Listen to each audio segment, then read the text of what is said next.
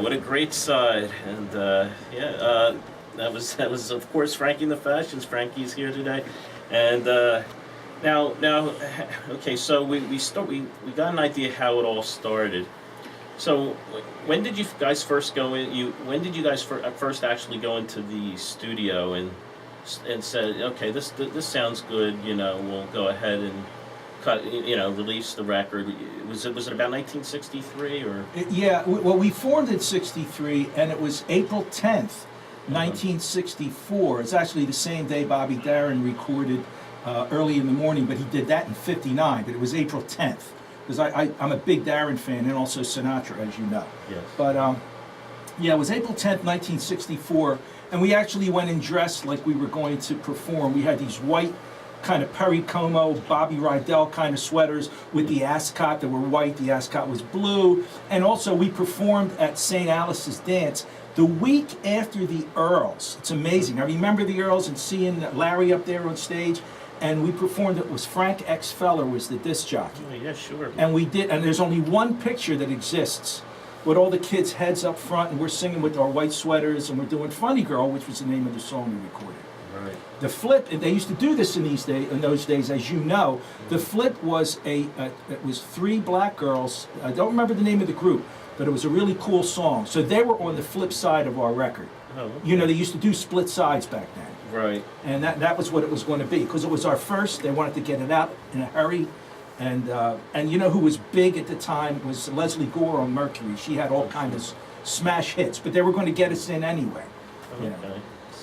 So Mercury was a major label, so I guess they hooked you up with the PR man at the time, or AR.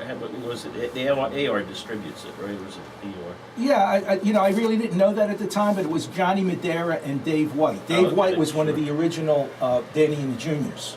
Oh, right, sure. And he was producing with Johnny Madera. Oh, okay. So yeah, that's how that went. So basically, it's safe to say that a lot of the groups are tied in some way or another, as far as In Philly, oh yeah. Philly. Oh yeah, definitely. Yeah. Yeah. And so who was actually the first to actually get it on the air? Would you say, Funny Girl? It was Wibbage. Wibbage? Yeah, it was definitely WIBG. Francis X. Feller. Yeah, that's Okay. right.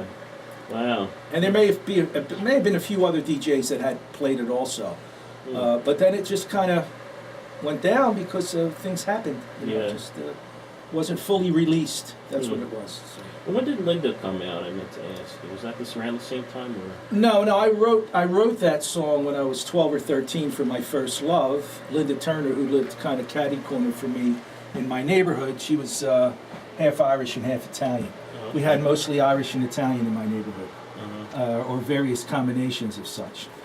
And we got one right here. Anyway, it was. I wrote it then, but I didn't record it in the doo-wop genre until I think it was Al Catabiani from Avenue D Records. Okay. We talked about that song, and I recorded it with the Fashions for his label, Avenue D label.